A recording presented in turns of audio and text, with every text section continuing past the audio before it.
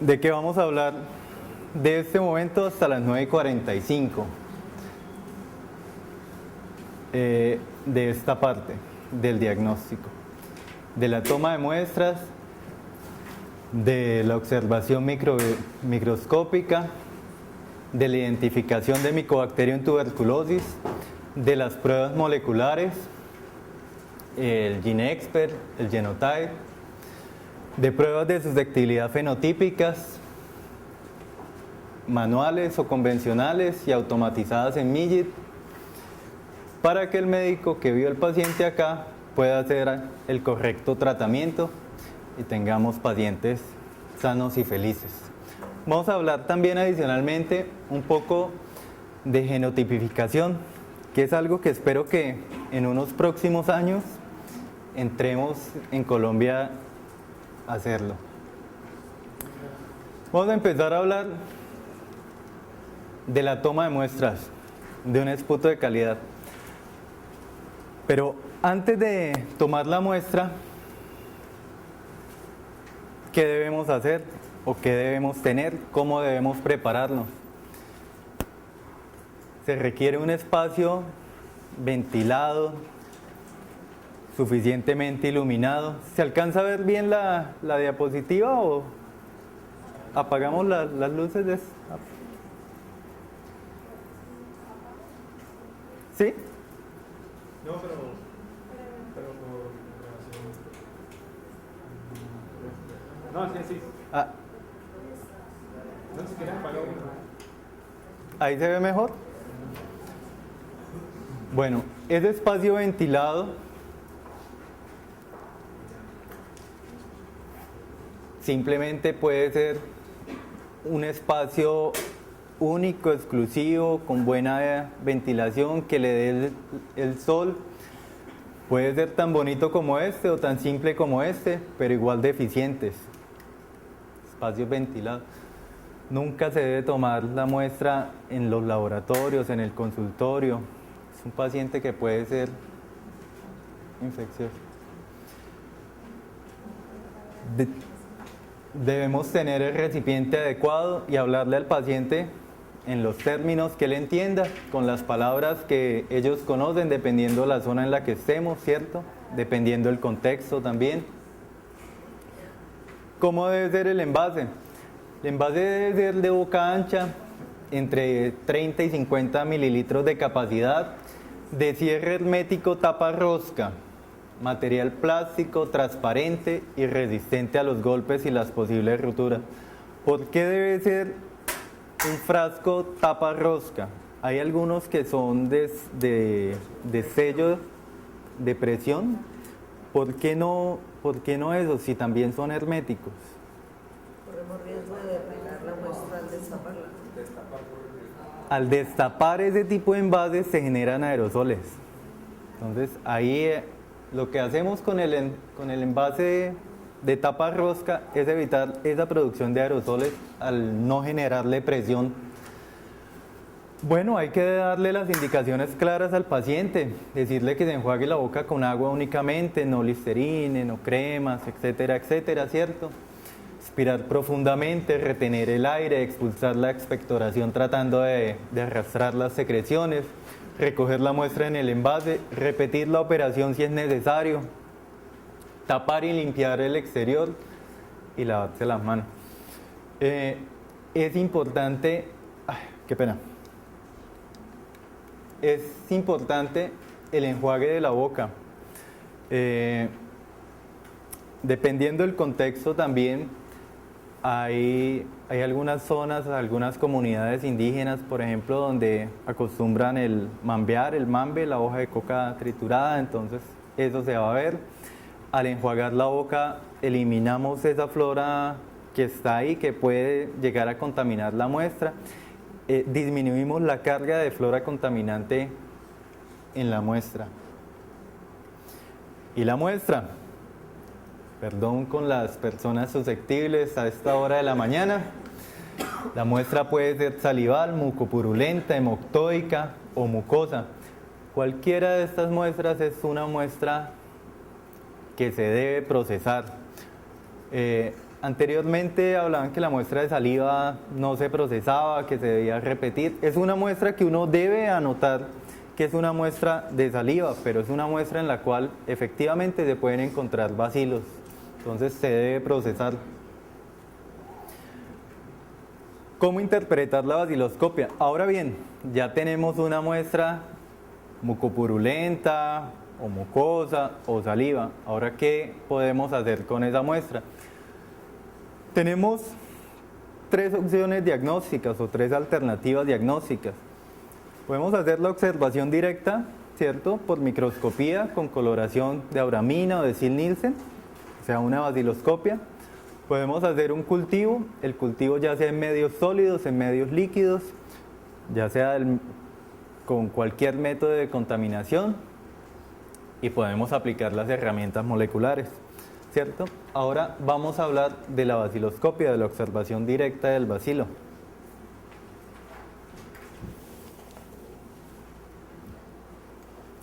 Pero bueno, ¿por qué todavía en estos tiempos moleculares hablando de baciloscopias?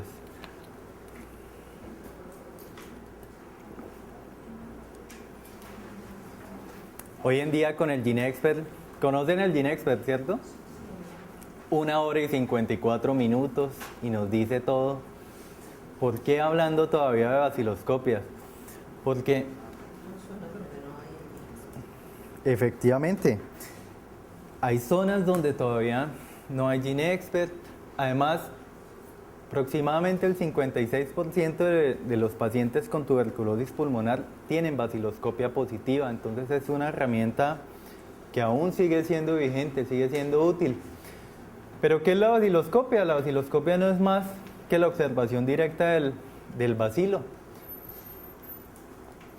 Tiene ventajas y tiene desventajas. Entre las ventajas, es un proceso sencillo, tiene pues su costo es reducido, resultados rápidos, no requiere ningún equipo especial más allá de un microscopio, un par de láminas, un sitio donde colorear, y permitió ampliar la cobertura diagnóstica precisamente pues a esas zonas de difícil acceso y de condiciones económicas limitadas.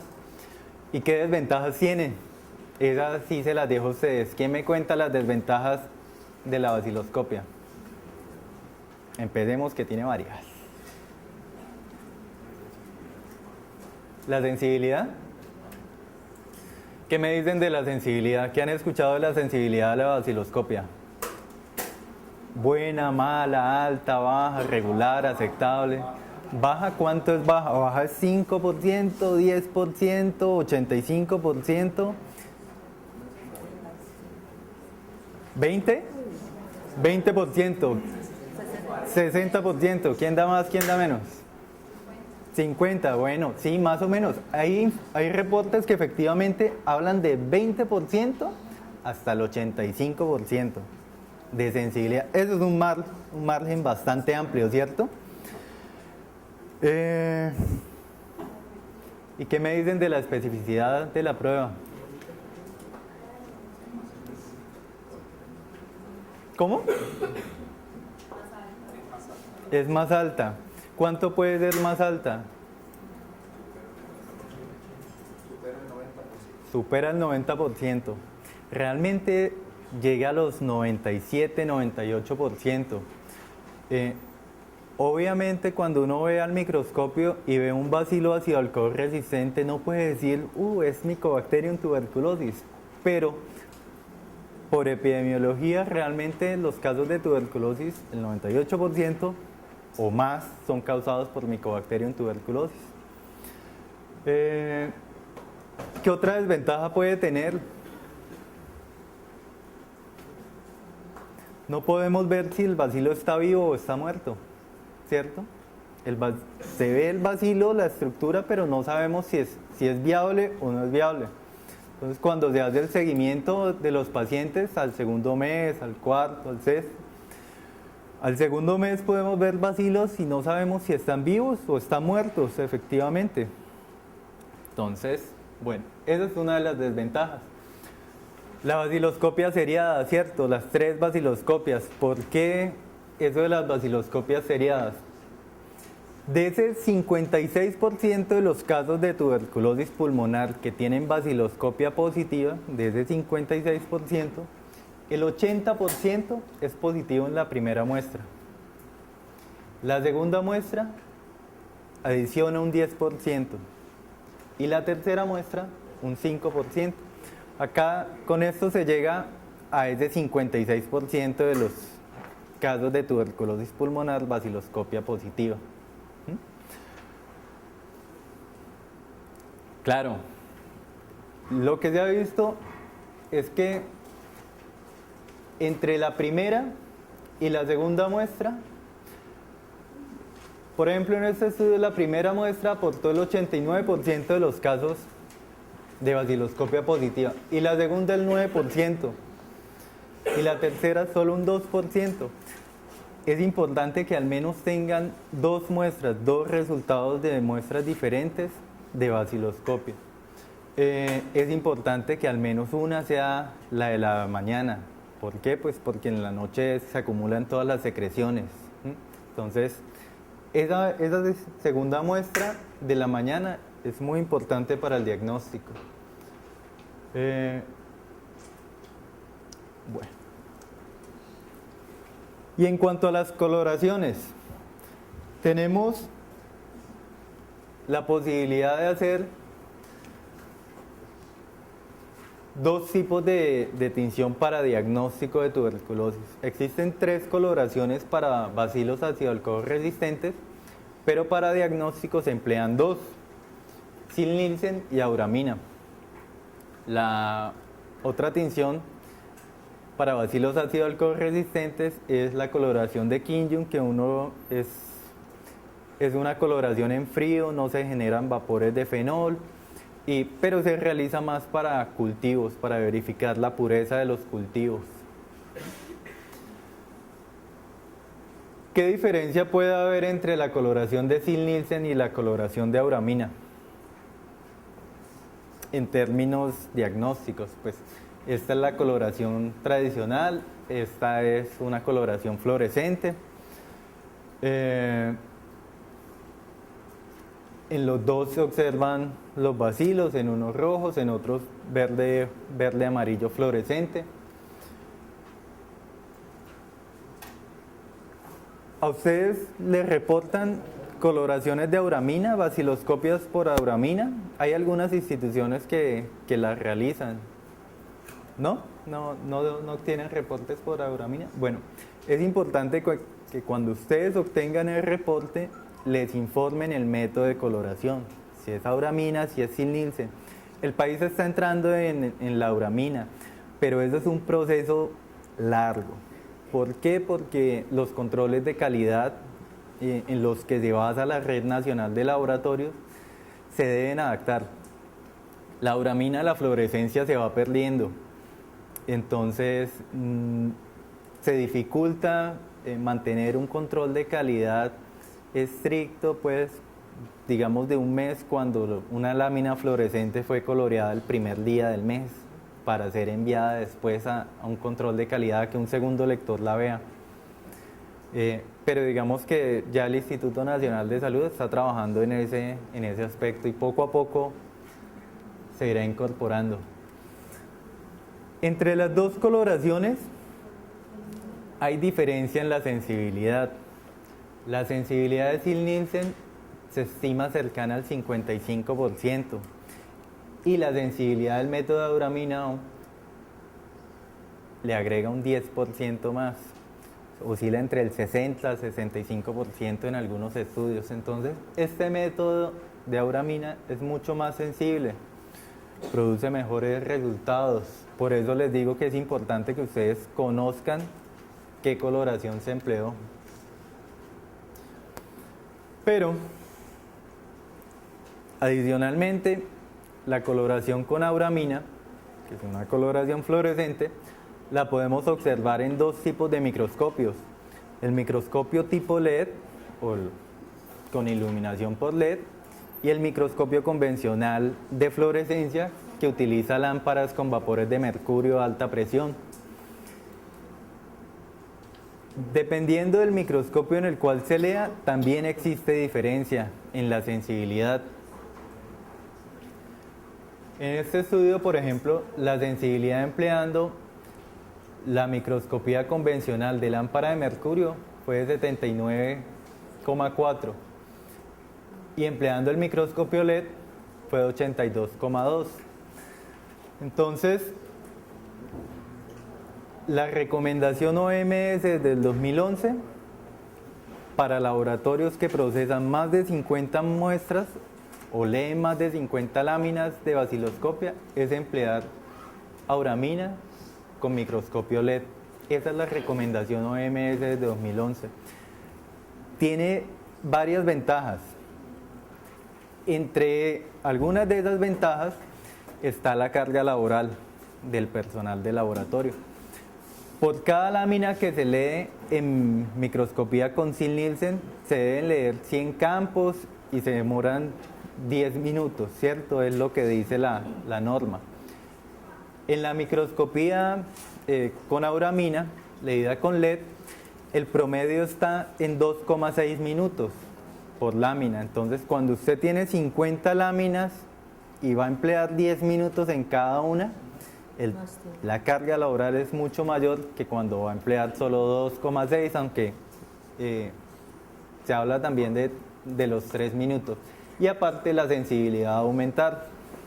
Entre los dos tipos de microscopios, el convencional, que posiblemente exista en algunas clínicas actualmente, que se usa para diversas cosas, histopatología, para muchas cosas, y el de tipo LED también existe ventajas y desventajas. La principal ventaja del microscopio tipo LED, aparte de su costo, que un adaptador puede costar 2 millones frente a una lámpara de mercurio que vale lo mismo, o del microscopio completo de 12 millones frente a uno de 56 millones, pues eso ayuda también. La lámpara LED dura muchísimos años, puede durar mucho más que la lámpara de mercurio. Perdón. Adicionalmente, la lámpara de mercurio debe tener un registro constante y certero de las horas utilizadas. Su vida media va disminuyendo y la capacidad de florecer de los bacilos disminuye con la intensidad de luz que emite esa lámpara de mercurio. Esta es la diferencia. Esto es en un microscopio de lámpara de mercurio normal. Este es en un microscopio tipo LED. ¿Pero es la misma muestra? No, son diferentes muestras, y eso hay que aclararlo. Son diferentes muestras, pero así se ve realmente. Para emplear un microscopio convencional de fluorescencia se necesita un cuarto oscuro. Para un microscopio LED no. Puede ser en el laboratorio convencional, no necesita cuarto oscuro, porque la longitud de onda que emite el LED excita adecuadamente la auramina y su brillo es mayor. Por eso realmente la diferencia es bastante. Ahora bien, independientemente del tipo de coloración que empleemos, ya sea Ziehl-Neelsen o sea auramina, existe también otra diferencia. Si la muestra es concentrada o no es concentrada y se hace el procesamiento directo. ¿A qué me refiero con concentrar la muestra?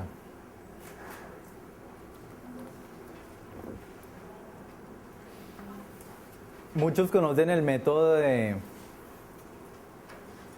escobillón de Kudo, ¿cierto? La Red Nacional de Laboratorios es el que aplica, donde solo tenemos la partícula útil con el hisopo, se mete en NaOH los 3 minutos y se extiende, ¿cierto?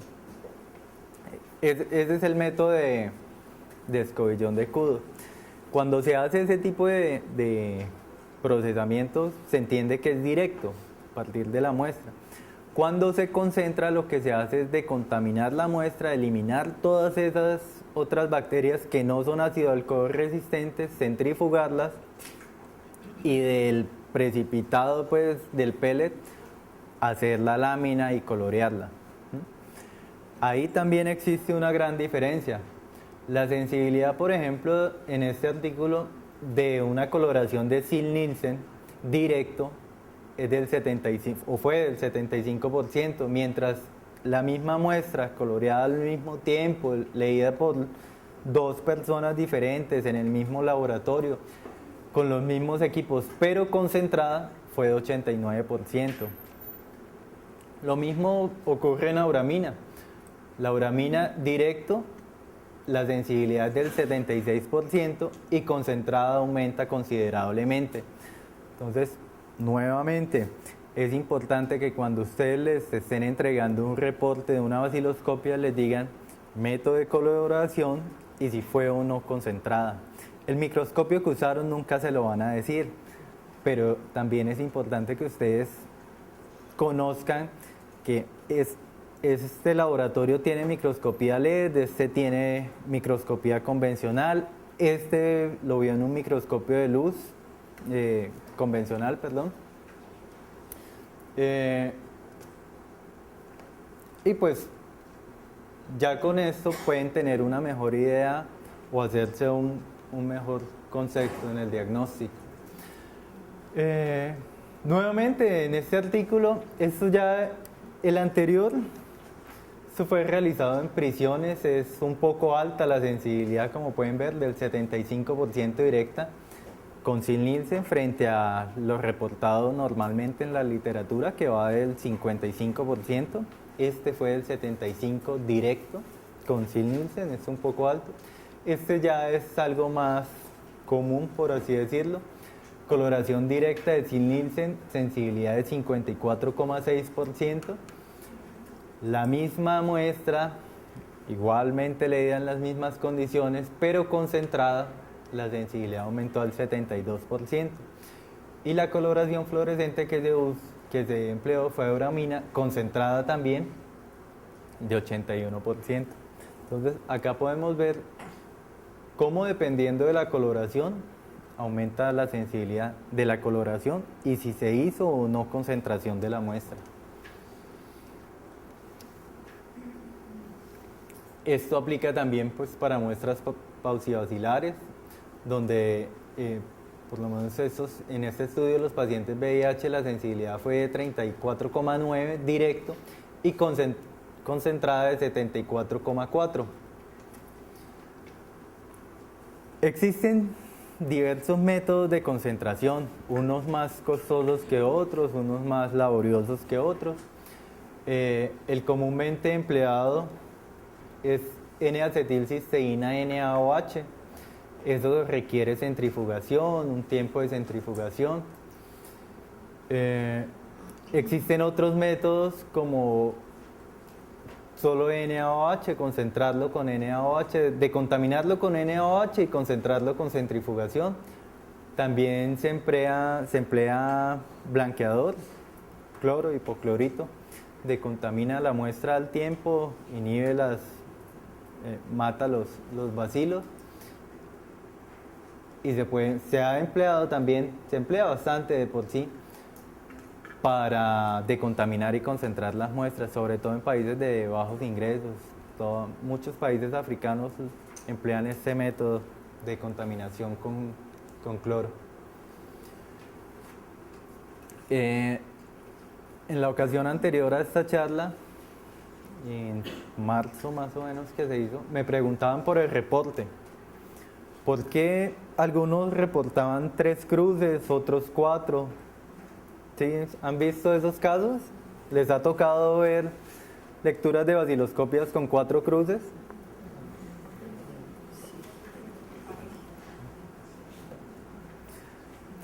Admito que como todo ser humano se pueden equivocar, ¿cierto? El bacteriólogo también se equivoca, pero no siempre es una equivocación. Lo recomendado por OMS es hasta 3 cruces, ¿cierto? Bueno, también se pueden encontrar reportes donde les dan el número exacto de bacilos. 9 bacilos observados 9 bacilos ácido alcohol resistentes en la muestra analizada. Este es este caso, donde se observan de 1 a 9 en toda la lámina, en los 100 campos observados. Acá les van a reportar el número exacto. Ya si observan de 10 a 99 en la lámina que observaron, se van a encontrar una cruz, 2 cruces si hay de 1 a 10 por cada campo que vieron o que la persona vio cuando leyó no 100 campos, sino 50 campos. O 3 cruces, cuando vio más de 10 bacilos por campo en 20 campos. Acá se ve bastante llena. Esta es la recomendada por OMS, por OPS, esta es lo que aplica la Red Nacional de Laboratorio. Esta es la norma que nos guía. Pero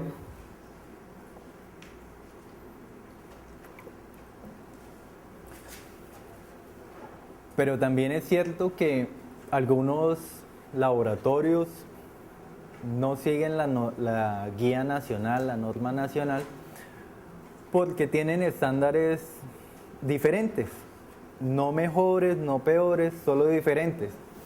Esos estándares diferentes, por ejemplo, es el del CDC, que esto lo aplica el Colegio Americano de Patólogos. Los que tienen CAT se guían por este también, y acá va hasta 4 cruces. Entonces no es una equivocación. 3 cruces si sigue OMS, 4 cruces si sigue la norma americana. Esta es la recomendada por el CDC. Entonces hay quienes la siguen.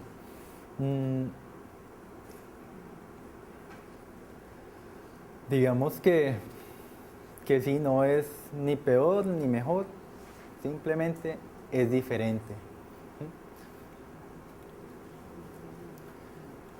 Pero bueno, ¿qué hacemos con el cultivo? Ya hablamos de baciloscopia. ¿Tienen preguntas de baciloscopia? Voy un poco rápido, tenemos tiempo ajustado. ¿Preguntas sobre baciloscopia? ¿Nadie? La cantidad mínima de esputo para poder procesar la muestra. Cantidad mínima de esputo para procesar la muestra. Uno habla de 500 microlitros, o sea, medio ml. Eso es lo mínimo que uno necesita para procesarla, incluso concentrada. Para concentrarla es lo mínimo, no es lo ideal. Lo ideal, podemos hablar de 5 o 10 ml. Es lo ideal, pero pues es ideal. Eso no se da siempre. Lo usual, 2 ml, 1 ml, con eso es más que suficiente. ¿Más preguntas? Cuando el paciente no puede expectorar y uno le pide que sea con saliva, uno siempre le dice que en ayunos, que pues uno le da miedo de que si lo hace en el transcurso del día como que uno le pueda decir por entonces a uno, primero a mi familia yo le digo que en ayunas la saliva por el problema del alimento cuando el paciente ya está en controles y él dice ya no me sale nada. Entonces, uno allí, ¿cómo hace con la saliva? O sea, yo siempre le digo en ayunas por el miedo de que vaya alimentos y se pierda esa muestra. ¿Cómo se hace ahí hay 2 temas diferentes. ¿Qué pasa con los alimentos? Si la muestra contiene alimentos, es una muestra que no sirve. O sea, definitivamente no se acepta en el laboratorio y no se debe procesar. Adicionalmente, por lo menos en niños, cuando se hace el aspirado gástrico, se dice también en ayunas, pues antes de cualquier estímulo alimentario del niño, porque los alimentos también pueden tener micobacterias ambientales y se van a ver.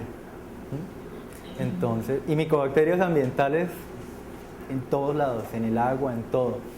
Entonces, sí, la recomendación es no alimentos, ¿cierto? Porque efectivamente puede pasar a la muestra y es una muestra perdida. Y el otro aspecto es cuando el paciente no es capaz de expectorar. ¿Qué hacer en esos casos? Existe la técnica de esputo inducido. Esa técnica no es para que todos la apliquen, se debe tener ciertos cuidados, hay recomendaciones, se debe tener una persona entrenada en esa metodología. Acá en Cali, en la Universidad del Valle, hay un grupo que trabaja bastante bien esa metodología de esputo inducido de Valle Colorado. Ellos trabajan bien. Básicamente consiste en nebulizaciones para aumentar la humedad, pues las secreciones exactamente, en hacerle masajes por fisioterapia, golpecitos, pues, percusión, y para inducir la producción de esputo. Es una técnica que funciona bien realizada, funciona muy bien. Es con solución hipertónica. Es con solución hipertónica, sí. Es una opción, pero no es una opción para todos los sitios donde se puede recoger la muestra. ¿Perdón? Si de pronto la persona tiene terapista, pero no lo hace. Y existen otros riesgos asociados a esa técnica, por lo cual debe ser personal entrenado en eso. No se puede aplicar a todo. ¿Cuál sería la recomendación para el puesto de salud donde no existen las condiciones para hacer esputo inducido? Hidratar al paciente, tomar suficientes líquidos el día anterior a la toma de la muestra para que produzca más secreciones. ¿Sí?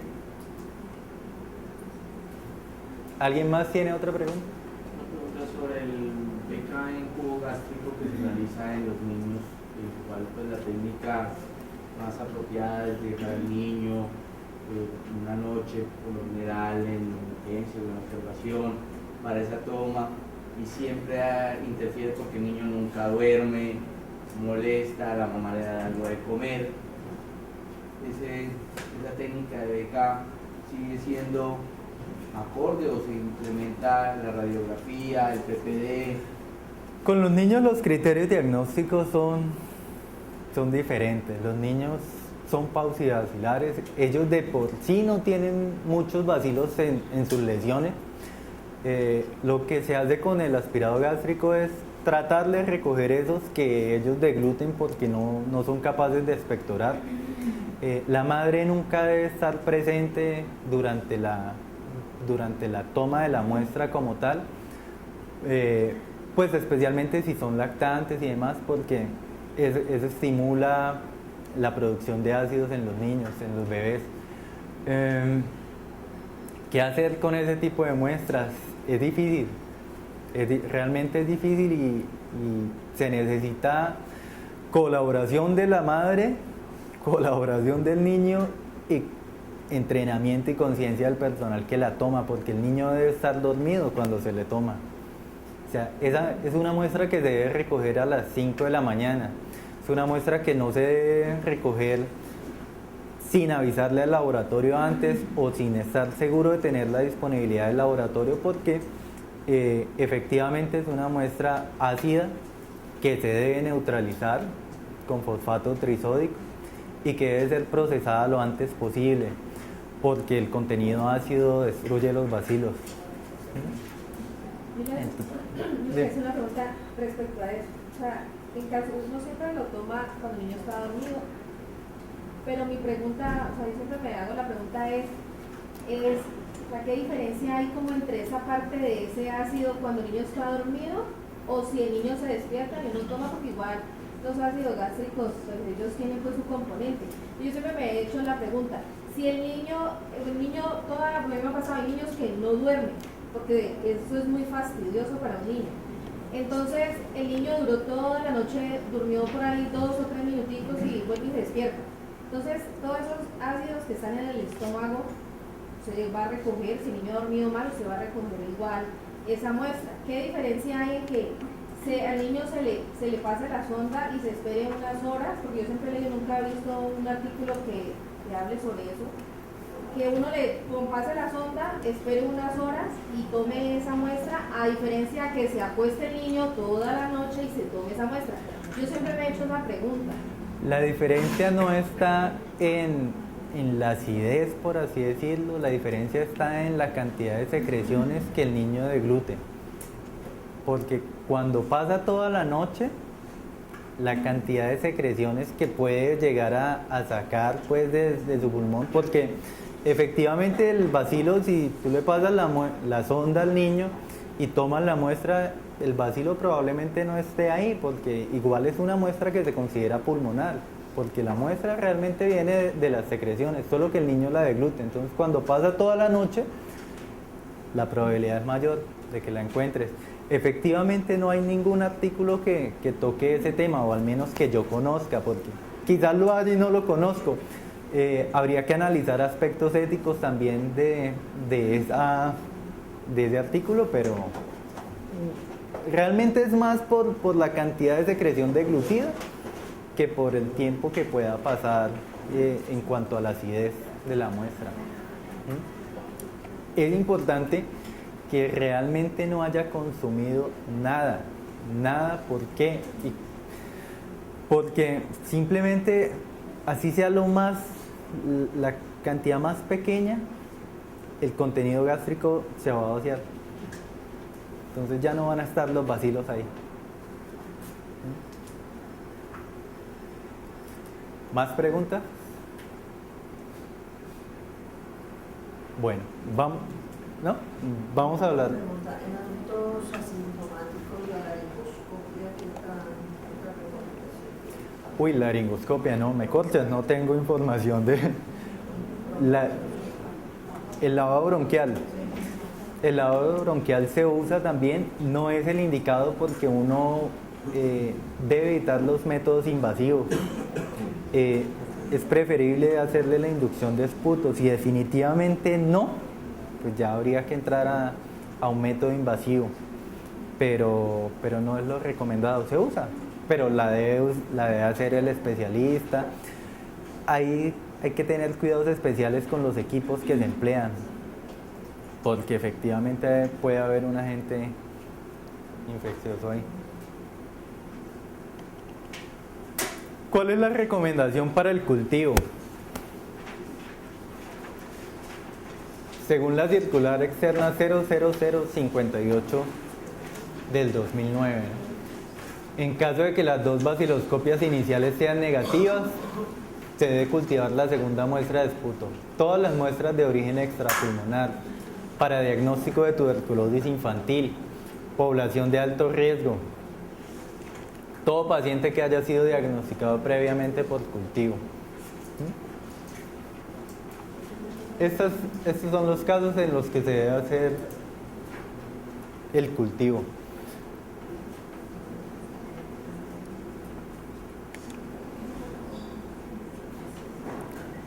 ¿Qué medios de cultivo se emplean?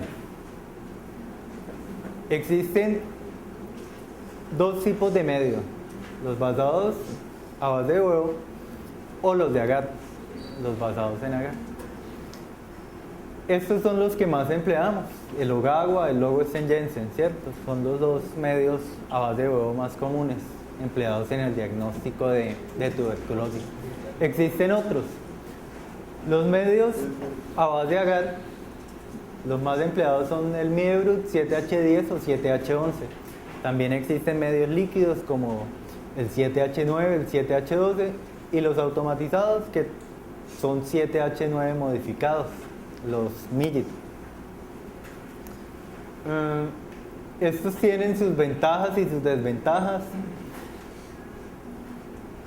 La Red Nacional de Laboratorios usa Ogawa, está también pues usando Lowest. Algunos laboratorios un poco más especializados usamos 7H10 o 7H11. Son medios mucho más homogéneos. El 7H11 favorece el crecimiento de algunas bacterias que presentan resistencia a isoniazida.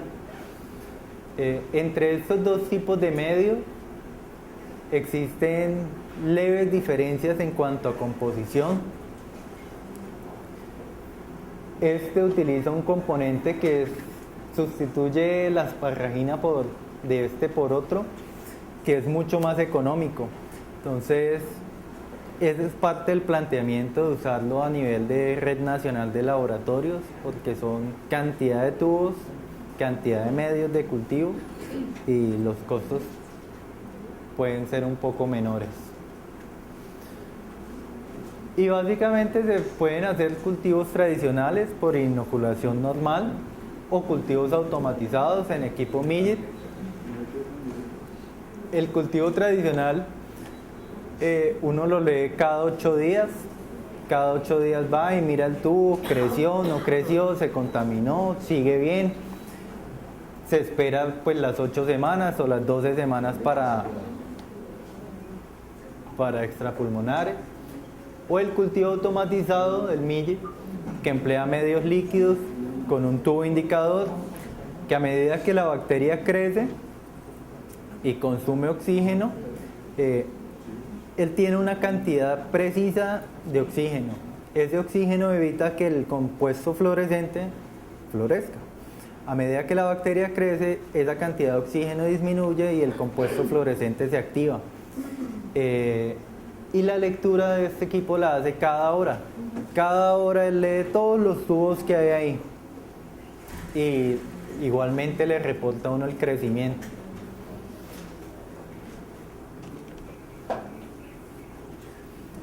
Pero, ¿cuál medio es mejor? ¿El Ogawa, el LJ? En cuanto a rendimiento. Posiblemente en cuanto a costos, el Ogawa sea un poco más accesible. Creo que lo distribuye todavía la Red Nacional de Laboratorios. El departamento lo estaba produciendo también la otra vez para los diferentes municipios. No sé si actualmente todavía lo haga. Tengo entendido que lo iba a dejar de hacer. Pero en cuanto a rendimiento, son muy similares. El número de aislamientos captados en los diferentes estudios que se han hecho son muy similares. Los tiempos en los cuales se produce ese crecimiento, el número de días, es también muy similar entre los dos. Generalmente entre los 16 y los 20 días se presenta crecimiento de la mayor parte de las muestras, del 37 o del 44% en algunos estudios. Entonces, básicamente, esos dos medios son muy similares. Si comparamos el Ogawa con el Millet, es decir, los medios sólidos contra los medios líquidos, ahí sí vamos a ver una gran diferencia. Los medios líquidos ofrecen crecimiento en aproximadamente 12 a 14 días. En 12 a 14 días usted ya ve un cultivo que presenta crecimiento. Los medios sólidos, pues ya vimos que estaba entre los 16 y 20, en este estudio fueron 25 días. Ese es el rango aproximado. El empleo de medios líquidos, en cuanto al número de casos captados, de casos crecidos como tal, favorece el crecimiento. Todos los medios líquidos de por sí favorecen el crecimiento de las bacterias. El rendimiento de los medios líquidos es un poco mayor frente a los medios sólidos. Sin embargo, los medios líquidos, al favorecer el crecimiento, favorecen el crecimiento de todo, absolutamente de todo lo que haya ahí. Entonces la tasa de contaminación es mayor. Con los medios sólidos se habla hasta el 5%, con los medios líquidos se habla hasta el 10%, usualmente entre el 7 y el 9% de contaminación. Entonces, ¿cuál es la recomendación que siempre se da? Usar dos tipos de medios. No usar dos Ogawa o dos LJ. Esa práctica está bien también, porque uno se puede contaminar y puede tener el otro. Pero se recomienda dos tipos de medios. Uno a base de agar, uno a base de huevo. Por ejemplo, un LJ, un OK, un 7H10, un Midebrut 7H10, un Midebrut 7H11 o un medio líquido, un 7H9 o un Millet. Esa es la recomendación siempre, usar dos tipos de medios diferentes. Este se contamina mucho más, pero ofrece crecimiento en 12 días. Al contrario del otro, que se contamina menos porque tiene un inhibidor de bacterias comunes, de hongos, que es el verde de malaquita. Por eso esos medios son verdes. realmente es un colorante, es verde de malaquita y actúa como inhibidor de esa flora contaminante que puede estar en la muestra luego de hacer el proceso de contaminación.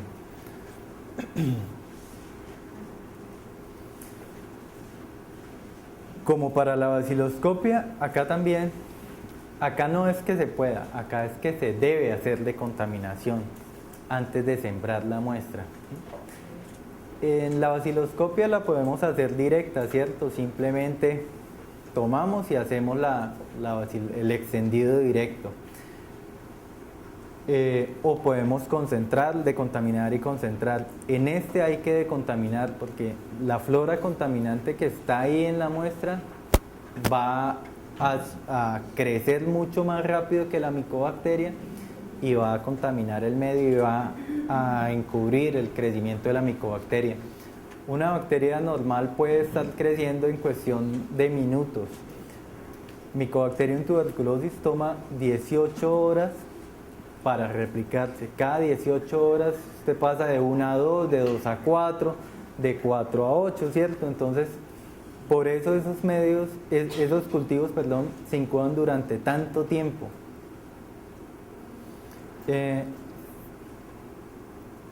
El método de Ogawa-Kudo, que es el empleado normalmente en la Red Nacional de Laboratorios, es simplemente el escobillón, ¿cierto? La partícula útil, los 3 minutos en NaOH, sacarlo y sembrarlo en el medio. ¿En qué medio se siembra? En medio Ogawa. ¿Por qué? Porque el NaOH es una base, ¿cierto? Cuando se mete el hisopo y se impregna con NaOH para eliminar las otras bacterias, también el hisopo capta ese NaOH y cuando lo lleva al medio Ogawa, ese NaOH que le quedó se traspasa o se transfiere al medio Ogawa. Esos medios Ogawa tienen un pH ligeramente inferior a los medios LJ. Precisamente pensando en eso, en que cuando se le agrega la base, el pH tiende a ser neutro. Con el método de N-acetilcisteína NaOH, sí se puede emplear el Lowestern-Jensen, también el Ogawa, sirve para los medios a base de agar, el Middebrut 7H10, 7H11, para el medio automatizado, para el Millet. Sin embargo, el costo de este método de contaminación es bajo, mientras que el de este es de mediano a alto. ¿Por qué? En este solo necesitamos un hisopo, NaOH, un tubo, 3 minutos, no es mayor cosa. En cambio en este necesitamos soluciones, buffer, necesitamos centrífuga refrigerada, necesitamos mayor cantidad de implementos y de tiempo. Este dura 3 minutos, este puede ser media hora. Entonces, el tiempo también son costos y es carga laboral. Entonces, cuando se planea la implementación de nuevas metodologías, hay que tomar en consideración esta. No es lo mismo procesar 10 muestras al día por escobillón de Kudo que 10 por NaOH, N-acetilcisteína. Obviamente el procesamiento de la muestra también es muy diferente. Este es el N-acetilcisteína NaOH, mientras el método de escobillón de Kudo, el Ogawa-Kudo, que es el que emplea la Red Nacional de Laboratorios. Ningún método es perfecto y en esta decontaminación puede morir entre el 30 al 60% de las micobacterias que existen en la muestra. Entonces también puede pasar que ustedes tengan al paciente que es contacto de otro, que tiene toda la sintomatología, toda la epidemiología, vieron el resultado de la baciloscopia y es BK positivo, pero BK positivo con 8 bacilos en toda la muestra analizada, y se quedaron esperando el cultivo y el cultivo no se contaminó, o sea, lo sembraron en diferentes medios y no se contaminó, pero nunca creció.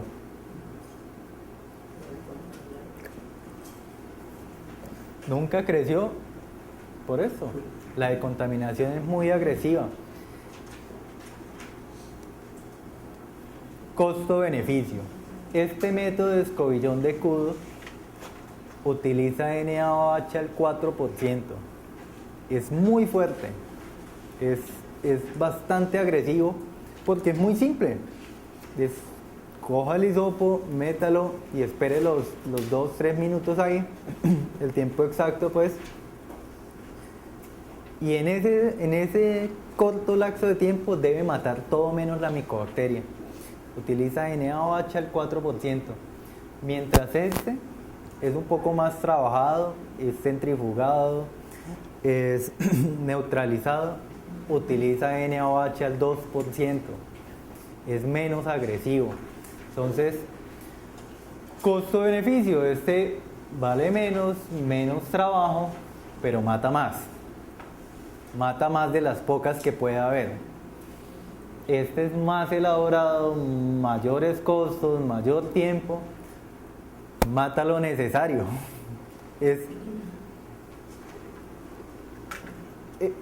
Sí, en este sí les puedo decir, en este sí hay mejor y peor. Este es mejor, el NaOH.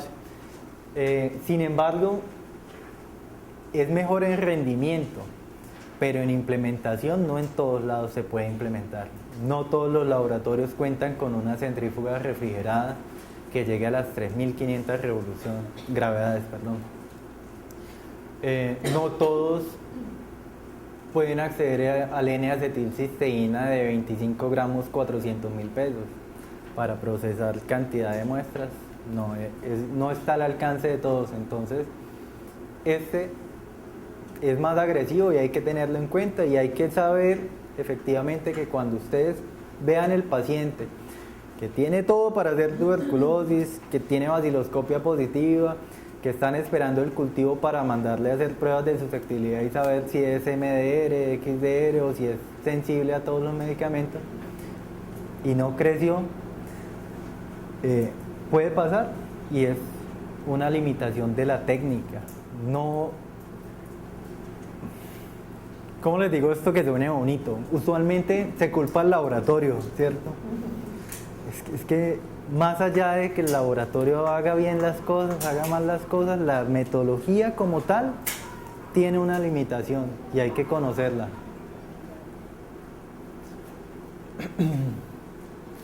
El reporte de los resultados, también me lo preguntaron en la ocasión anterior. Acá también, nuevamente, OMS hasta 3 cruces.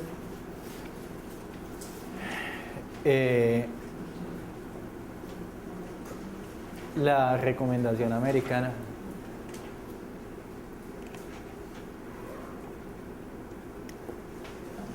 Hasta 4 cruces.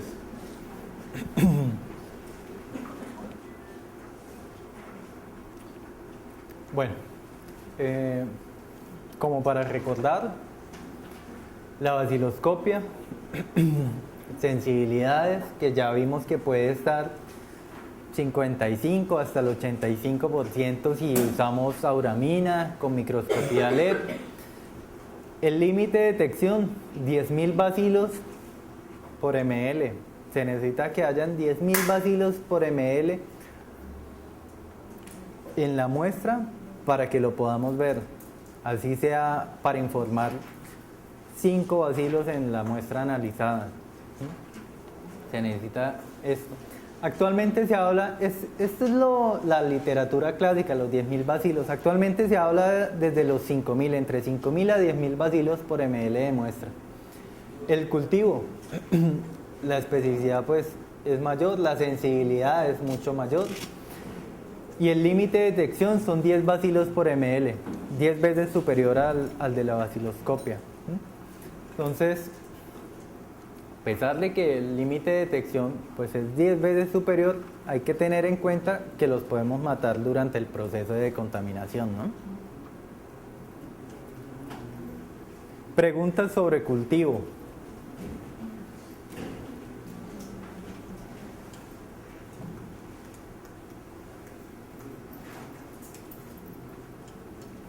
¿Nadie? ¿Lo entendieron todo o no lo entendieron? ¿O entendieron nada? ¿Cuál de las dos opciones? Entonces, yo tengo una Sí. pregunta, ¿por qué el lineamiento para el cultivo de la primera muestra no se hace el proceso y para las otras? No entendí la pregunta, ¿me la repites nuevamente? por Cuando favor? se toman los seriados, los becas, se trabajan los objetivos, pero no para la primera muestra. Para la segunda, Sí. ¿cierto? ¿Por qué?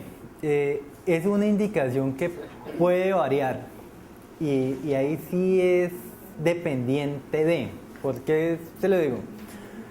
Digamos, si está en una zona de tuberculosis MDR, por así decirlo, si está Buenaventura, para ser más específicos. En Buenaventura fácilmente se puede cultivar la primera muestra, ¿cierto? La sensibilidad es mayor, sabemos que necesitamos el cultivo para hacer la prueba de susceptibilidad por el riesgo epidemiológico que existe, ¿cierto? La tasa de resistencia ya es muy alta.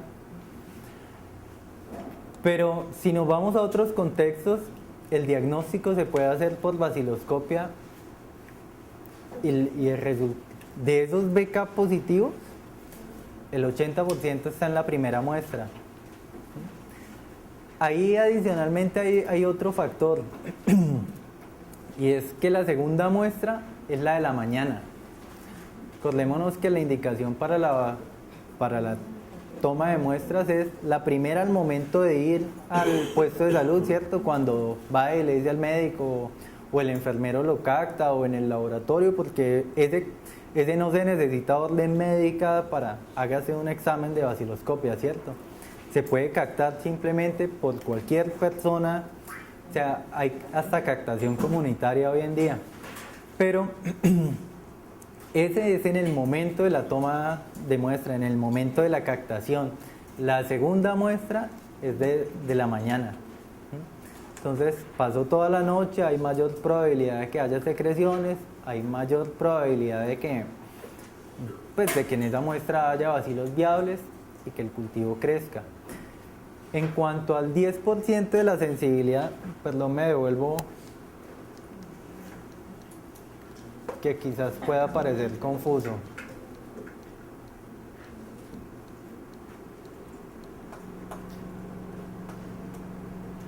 En cuanto a este 10% de la segunda muestra, es lo que aporta la segunda muestra a los BK positivos, ¿sí?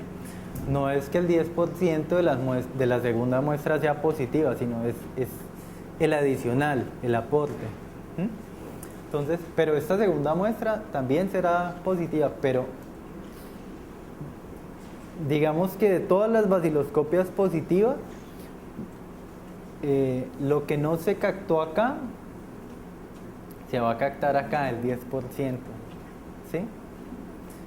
Entonces, digamos, también por eso es la recomendación de la segunda muestra, porque es en la mañana, hay mayor concentración de esputo, pues, de secreciones.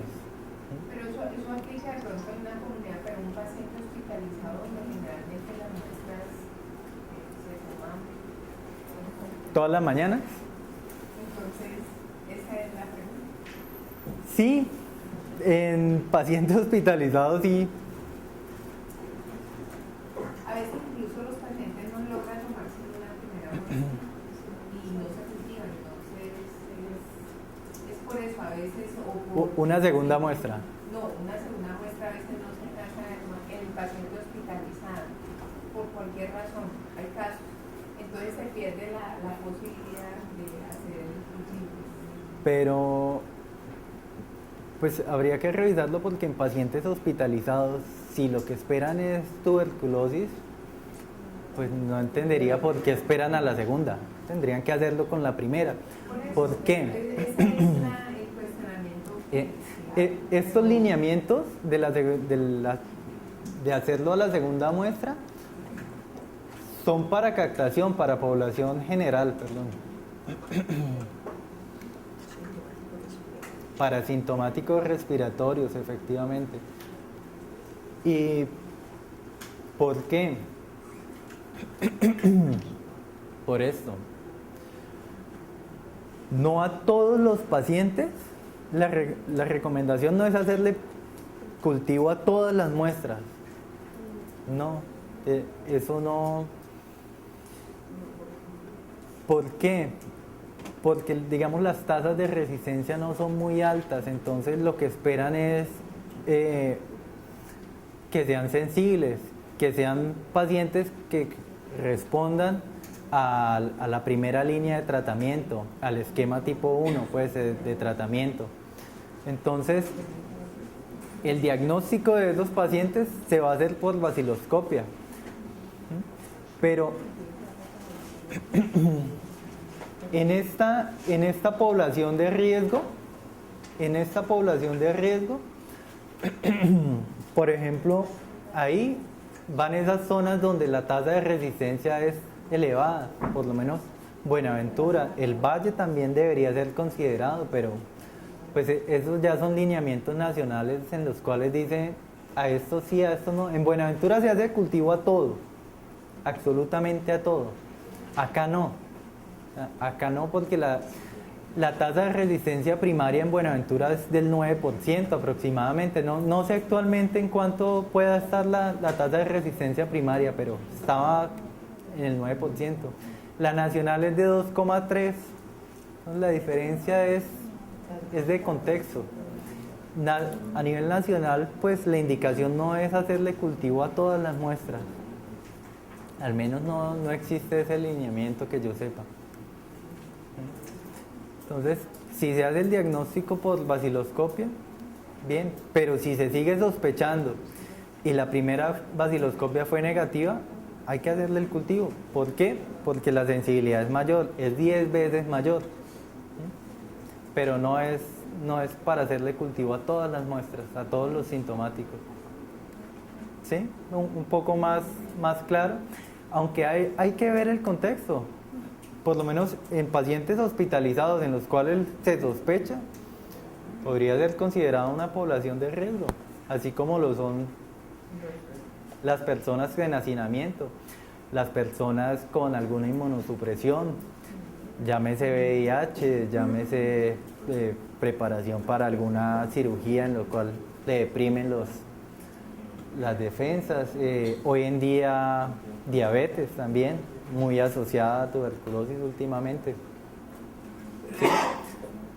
Pero en ese caso debería ser considerada población de alto riesgo.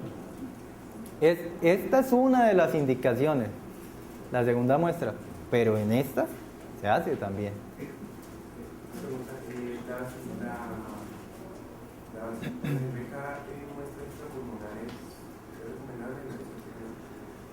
El BK en muestras extrapulmonares, por ejemplo, en orina no. En líquidos, pues es que la sensibilidad es tan baja y la cantidad de bacilos que se espera en las muestras es mínima, no se va a ver. El BK a veces se hace en extrapulmonares también, pero realmente no es que no lo vio y le sirva de mucho como herramienta diagnóstica. Es para muestras pulmonares, realmente. De algunas extrapulmonares se hace, pero no, pues el significado diagnóstico no es el mejor, no es el más alto. En orina, por ejemplo, sí no se hace. ¿Alguna pregunta adicional?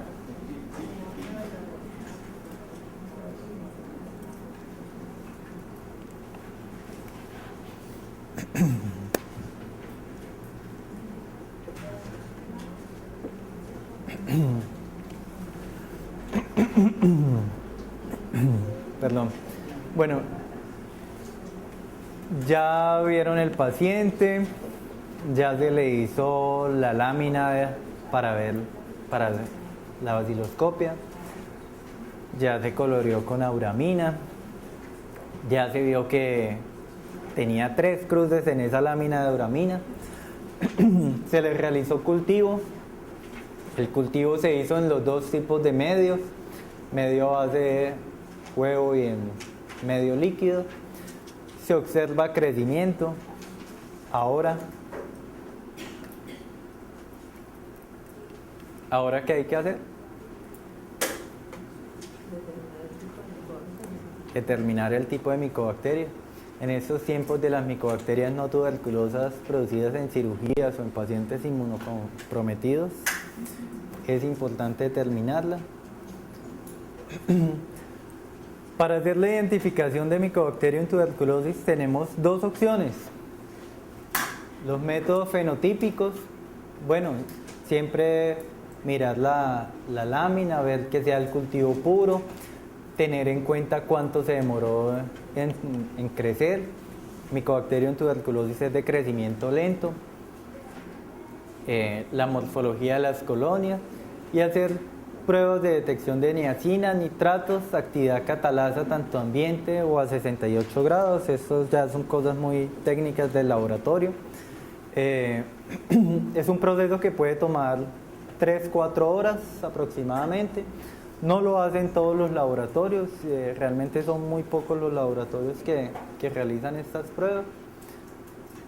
O tenemos también alternativas de inmunocromatografía para detectar el antígeno MPT64. Esta es la prueba de Becton Dickinson, valga la publicidad. Esto surgió porque, perdón, me devuelvo. Estas pruebas que les mencionaba requieren, porque todavía se usan, un crecimiento masivo de la micobacteria, un buen crecimiento, tener cucharadas pues de Mycobacterium tuberculosis, tener una cantidad suficiente para realizar estas pruebas. ¿Y cuánto les dije que se demoraba en crecer en promedio en un medio sólido la micobacteria? 20 y tantos días. ¿Y en un medio líquido? Entonces resulta que teniendo acá esto crecido a los 12 días, me tocaba pasarlo a un medio sólido y esperar que creciera ahí. Porque a partir de no puedo hacer esas pruebas de niacina, de nitratos, de catalasa. Entonces había que esperar. Becton Dickinson diseñó esa prueba para realizarla a partir de estos medios líquidos. Entonces así a los 12 días obtengo crecimiento y en 15 minutos la identifico como Mycobacterium tuberculosis complex, como tal. No específico para especie, pero sí para el complejo. Y por epidemiología, el 98-99% de los casos de tuberculosis pulmonar son causados por Mycobacterium tuberculosis. Claro, epidemiología contextualizada, porque si nos vamos a algunas zonas de África, hay países específicos donde disminuye bastante y una gran parte la hace Mycobacterium africanum. Entonces, pero acá en Colombia, la mayoría por tuberculosis. Entonces, esa prueba me permite hacer la identificación en 15 minutos, saber que es Mycobacterium tuberculosis complex. O tengo las alternativas moleculares, ¿cierto?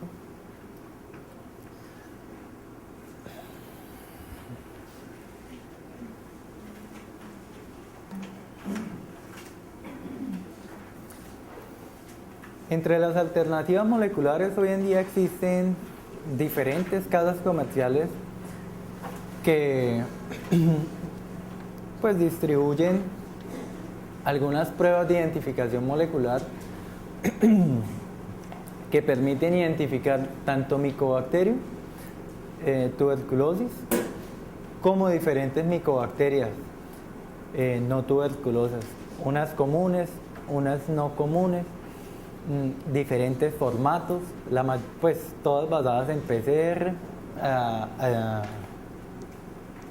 pues a diferencia de este que sí es un antígeno.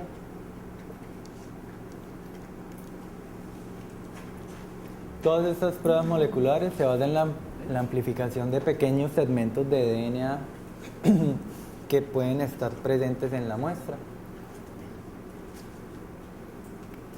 Luego de identificarlas, ¿qué puedo hacer?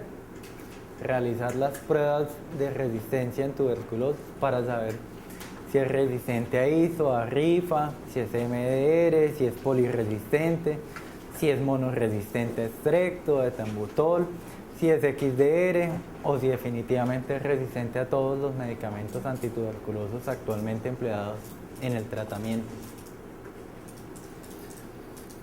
¿Cuáles son las indicaciones para hacer la detección de resistencia a tuberculosis? Nuevamente de la circular 058, todos los casos sospechosos de ser resistentes a los fármacos anti-TB, muestras de los pacientes con diagnóstico de VIH, contactos de un caso índice de TB resistente o multiresistente, pacientes en tratamiento cuya osciloscopia de control de segundo mes sea positiva, pacientes de reingreso por abandono, recaída o fracaso. Acá hay que tener en cuenta esto, ¿no? Hablábamos de una resistencia primaria del último estudio de resistencia nacional hecho en el 2005, si no estoy mal, donde me muestra una resistencia primaria de 2,38. Resistencia primaria, pero cuando ya el paciente ha sido tratado, la resistencia aumenta a ser... No, se me va el número en este momento, pero es cercano al 30 y algo % de resistencia en pacientes previamente tratados. Entonces es importante tener en cuenta eso. Para la detección de la resistencia, nuevamente tenemos dos alternativas, la fenotípica y la genotípica. Vamos a hablar inicialmente de la genotípica, de las pruebas moleculares. Acá tenemos de las empleadas en el país el GeneXpert, el Genotype, el Plus y el SL. Este para ver MDR y este para ver segunda línea. Estas pruebas moleculares se basan en la detección de mutaciones en genes asociados a resistencia. Eso hay que tenerlo muy presente. Vamos a hablar del GeneXpert. El GeneXpert es un gran invento. Permite la identificación de Mycobacterium tuberculosis en la muestra, da una cuantificación aproximada como alto, muy alto, bajo, muy bajo, cantidad de micobacterias en la muestra, y permite también la detección de resistencia a rifampicina a través de la detección de mutaciones asociadas al gen RPO beta en un segmento de 81 pares de bases. ¿Y qué es lo que pasa con esto? El 96% de las cepas que son resistentes realmente, fenotípicamente, a rifampicina, tienen mutaciones en esa zona. El 96%. O sea que la probabilidad de que usted tenga una cepa resistente a rifampicina que no se ha captado por el GeneXpert es un 4%. Es bastante alta. Es una de las pruebas recomendadas actualmente por OMS. Bueno, esta prueba es una PCR en tiempo real, emplea unas sondas fluorescentes. Esto es lo que uno ve cuando la está realizando. Actualmente el departamento cuenta con un GeneXpert, el laboratorio departamental. Buenaventura también me dicen que ya no tiene uno, tiene dos GeneXpert. Esta prueba, el Genotype, el Plus, detecta mutaciones asociadas a resistencia a rifampicina y a isoniazida para determinar qué es MDR. A rifampicina emplea el mismo blanco, el RPO beta. Es un buen blanco molecular. Y isoniazida emplea el CAG y el INH. Él determina si hay mutaciones asociadas en segmentos de estos genes. ¿Cuál es el inconveniente o cuál es la limitación? Que aproximadamente entre el 10 y el 20% de las cepas que son resistentes a isoniazida lo son por otros genes diferentes a estos dos, entre estos genes. Entonces ya pasamos que a rifa tenía el 96%, ¿cierto? Pero a ISO ya disminuye y puede estar entre el 80 y el 90% de las cepas que realmente son resistentes a isoniazida. El SL, el de segunda línea, él determina 3 grandes grupos: fluoroquinolonas, aminoglucósidos y péptidos cíclicos y etambutol. Moxi, ¿cierto? O floxa. Él lo determina basado en el GIR-A. Él mira si hay mutaciones asociadas a este gen, al GIR-A. Pero nuevamente, de todas las cepas que son resistentes a la fluoroquinolonas, entre el 75 al 94% de las cepas tienen mutaciones en este gen. Las otras, o sea, entre el 25 y el 6% lo tienen en el GIR-B, mutaciones en el GIR-B. Para aminoglucósidos y péptidos cíclicos, estrepto, amica, cana, caprio, él lo hace a partir de medir mutaciones en este gen, RRS. Resulta que las cepas que son resistentes, por ejemplo, a streptomicina, solo del 10 al 15% tienen mutaciones en este gen. Las cepas que realmente, o sea, que fenotípicamente que expresan esa resistencia a canamicina, entre el 65 al 84% tienen mutación en ese gen. Las de amicacina, el 92% de las cepas que son resistentes a amicacina tienen mutaciones en ese gen. Y a capreomicina el 86%. Las demás los tienen en otros genes, en diferentes genes. El etambutol, en esta prueba, él lo hace determinando las mutaciones en este gen, EMBB. Las cepas que son resistentes fenotípicamente a etambutol, solo el 47 al 65% tienen mutaciones asociadas en ese gen. El otro porcentaje tiene mutaciones en el MBA o en el MBC, que es un complejo.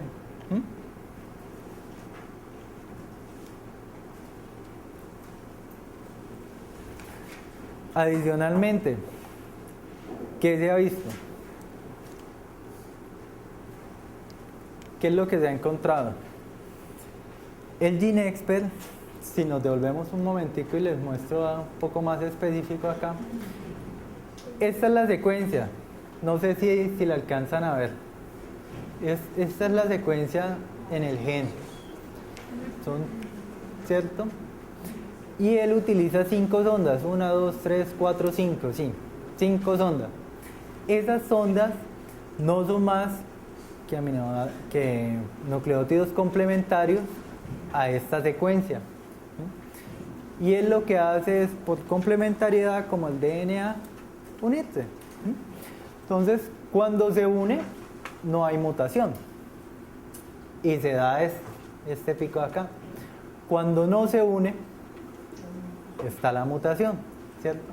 Entonces, se mantiene acá en la línea baja, no se da la fluorescencia.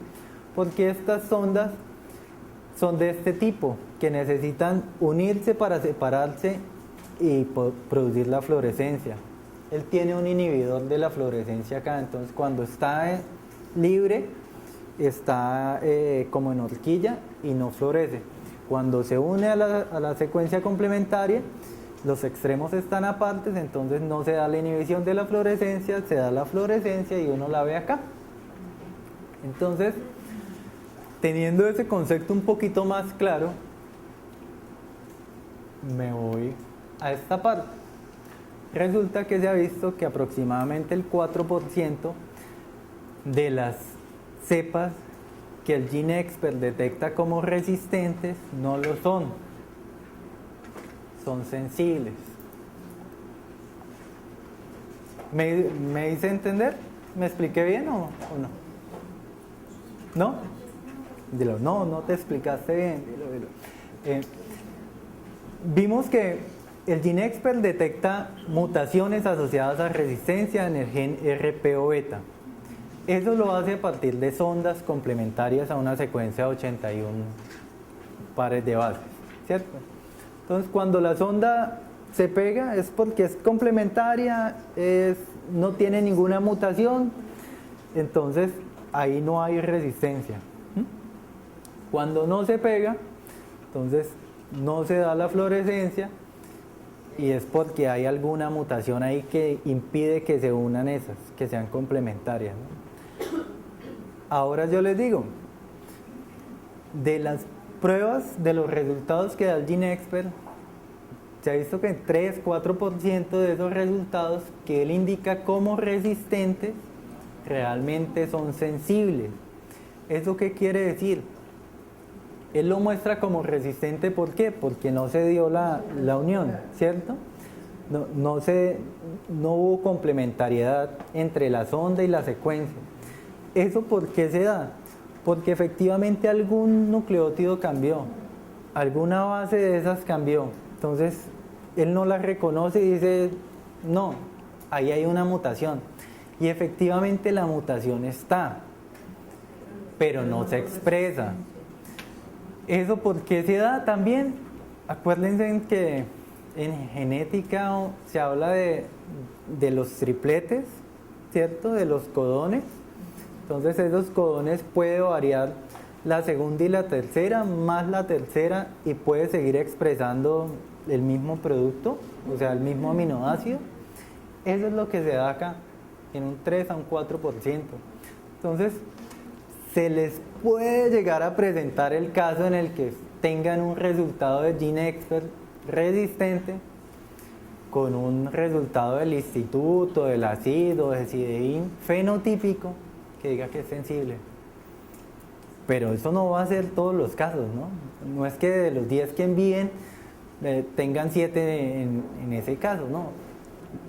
El porcentaje es 3 a un 4%.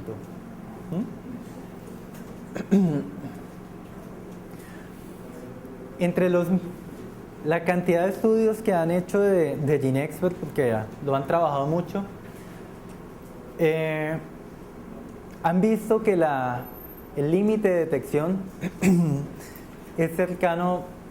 Algunas publicaciones hablan de 10 bacilos por ml, otras de 100 bacilos por ml. Entonces es cercano al cultivo, ¿cierto? Y es mucho mayor que la de la baciloscopia, 10.000 bacilos por ml. Entonces, ¿por qué no dejar de hacer baciloscopias? Estar dependiendo de un personal pues altamente entrenado que pueda leerlas bien y empezar a hacer GeneXpert a todo lado. O sea, dejar de hacer baciloscopias y empezar a hacer GeneXpert, suponiendo que el GeneXpert se puede instalar en todos lados, que todos tengan los recursos, que haya energía constante en todo lado, que se puedan comprar los cartuchos. Viviendo en ese mundo ideal, ¿por qué no dejar de hacer la baciloscopia y empezar a hacer solo GeneXpert? Entre los estudios que han hecho, han encontrado estos resultados, por ejemplo. La baciloscopia, la sensibilidad de 78,5 frente al GeneXpert 87,7. Este es otro, 89,5, 97,1 para especímenes respiratorios, para no respiratorios 16 y 33. La mayoría de estudios no encuentran una diferencia estadísticamente significativa. Entonces ya viene el otro tema de los costos. Si los resultados son semejantes, a mayor costo, ¿por qué no invertir esos recursos en otras cosas?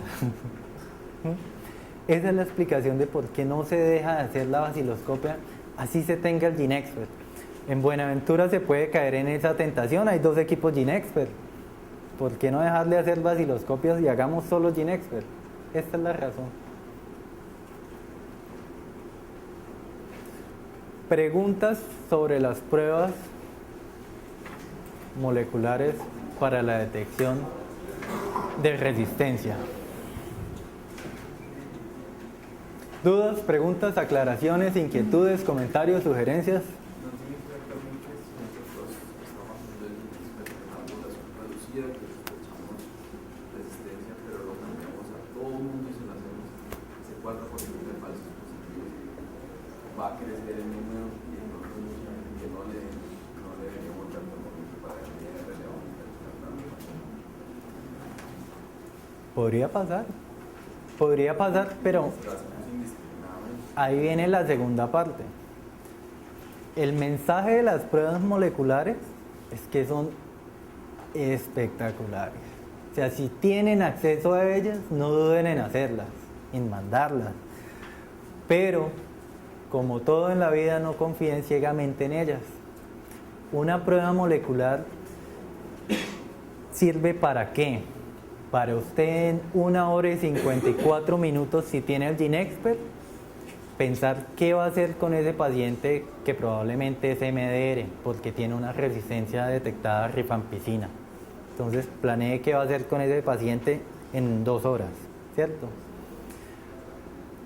Si lo que usa es Genotype dura entre 5 y 8 horas de procesamiento, entonces generalmente no es de hoy para hoy, sino 2 o 3 días después, pero en 2 o 3 días después usted sabe que tiene un paciente con mutaciones asociadas a MDR, a resistencia a MDR. Entonces piense qué va a hacer con ese paciente, empiece a pedir tratamientos, empiece a darle las charlas de educación, etcétera, etcétera, todo lo que tiene que ver con el paciente integralmente.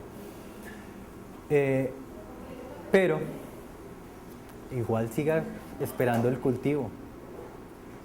Siga esperando el cultivo, que el cultivo, si es sólido como es Ogawa agudo, se le va a demorar 20 y pucho de días, 25 días, 20 y tantos días, y de ahí espere las pruebas de susceptibilidad fenotípica, porque las pruebas moleculares ya vimos que dejan una ventana, y dependiendo del medicamento la ventana es muy grande o aceptablemente reducida como RPO beta, que solo es del 4%.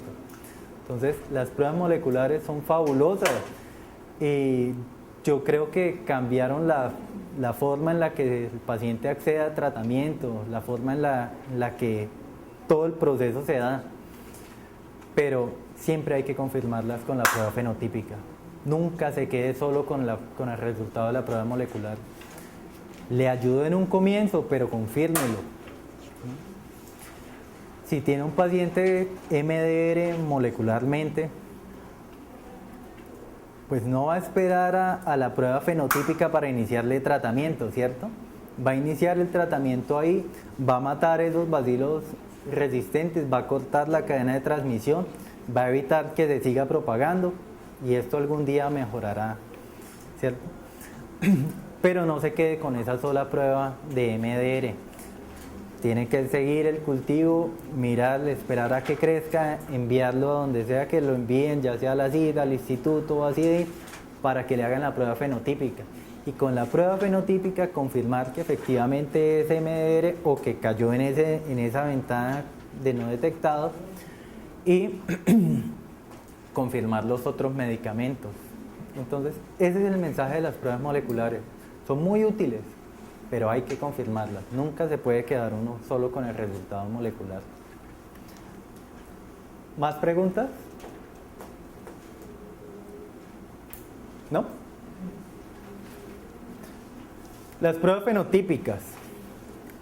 Las pruebas fenotípicas se pueden hacer pruebas directas y pruebas indirectas.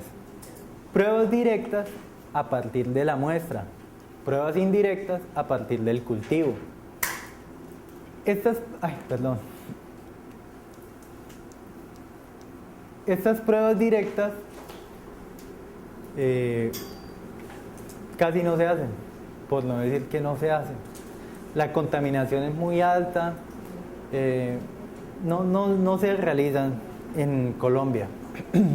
Las pruebas indirectas son las que se envían el cultivo crecido al laboratorio departamental, el departamental lo envía al instituto, el instituto realiza las pruebas, envía el resultado al laboratorio departamental, el departamental lo busca usted, al laboratorio, la IPS, se la envía.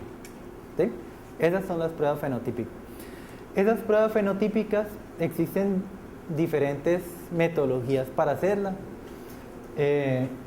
Algunas son basadas en oxidorreducción, el MODS también, que es el que emplean en Perú, en medios líquidos, el Bacter Midget, que es el que actualmente utiliza el Instituto Nacional de Salud. Algunos laboratorios también especializados lo emplean para realizar pruebas de susceptibilidad. Método de proporciones múltiples en agar, ya sea en 7H10, en 7H11, en LJ, el gold estándar, aunque ya está virando hacia el midget, hacia los cultivos líquidos. Sea cual sea la metodología empleada, se basan en lo mismo, en enfrentar la micobacteria con el medicamento, con el compuesto activo. Eso no tiene discusión alguna. Si creció, es porque es resistente. Si no creció, es sensible. Hay unos lineamientos que se revisan anualmente y van estandarizando las diferentes concentraciones dependiendo a la epidemiología, a cómo se da la resistencia, cómo se comporta la resistencia en los diferentes medios. Y por ejemplo, puede pasar, miremos acá,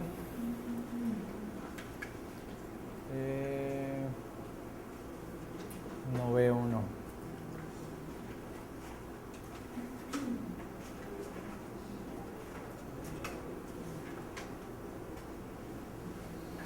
No veo.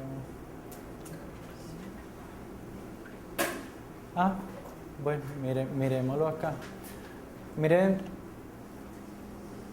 pueden recibir un reporte del Instituto Nacional de Salud, que ellos lo hacen por Bacter Midget 960, donde le dicen canamicina, concentración 2,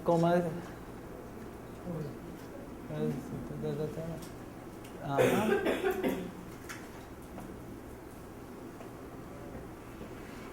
Sí, 2,5. Es que no alcanzo a... Bueno, no, creo que no me sirve ese ejemplo. El mensaje es que a pesar de que es estandarizado, las concentraciones de los medicamentos cambian dependiendo del medio que se emplee para realizar la prueba de susceptibilidad.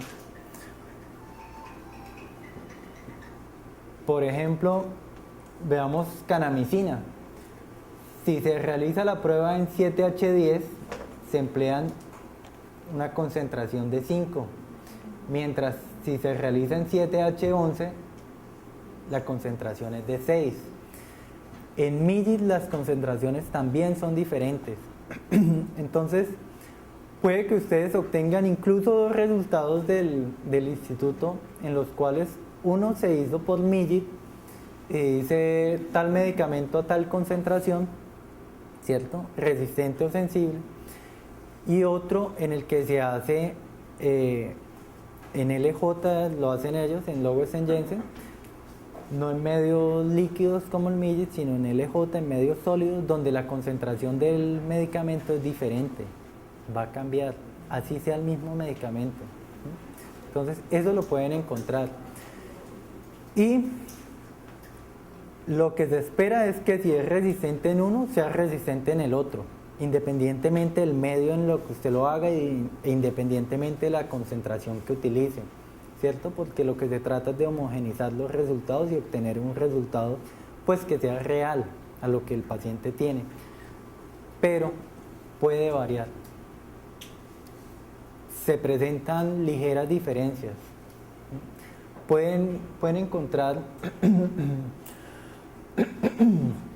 pueden encontrar pruebas de susceptibilidad donde, por ejemplo, en MIDIT son resistentes y en proporciones múltiples, o sea, en agar, es sensible.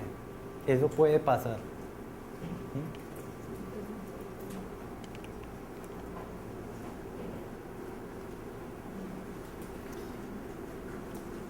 Bueno, preguntas sobre pruebas de susceptibilidad fenotípicas. Comentarios, ¿quedó claro? Se me olvida comentarles algo que ustedes hayan visto, sugerencias, preguntas, dudas.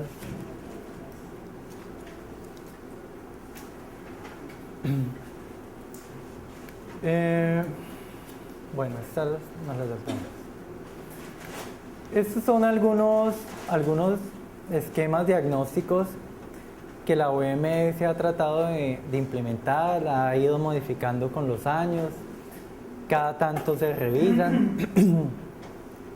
En estos, con el tiempo, se van incluyendo las pruebas moleculares, las pruebas rápidas. ¿Y esto con qué fin? Para cortar el tiempo diagnóstico, la demora diagnóstica. Un MDR en condiciones ideales, donde los medios no se contaminan, donde la carga laboral está bien distribuida y todo se procesa a tiempo, donde los envíos se realizan oportunamente, donde siempre hay contratos para enviar las cosas. En ese medio ideal, no es nuestra realidad. Bueno, en ese medio tomaría 12 semanas diagnosticar un MDR bajo los lineamientos, haciendo las pruebas de susceptibilidad fenotípicas convencionales, con cultivo en medio sólido, con cultivo en medio líquido y haciendo pruebas de susceptibilidad a primera línea, tomaría solo de 3 a 5 semanas. Entonces, el tiempo, la demora diagnóstica es mucho menor. Y ya si empleamos pruebas moleculares, de 1 a 2 días. Lo que les comentaba hace un rato, las pruebas moleculares son fabulosas para mejorar ese tiempo diagnóstico. Pero siempre hay que confirmarlo, y eso toma 5 semanas empleando medios líquidos, o 12 semanas si usamos medios sólidos.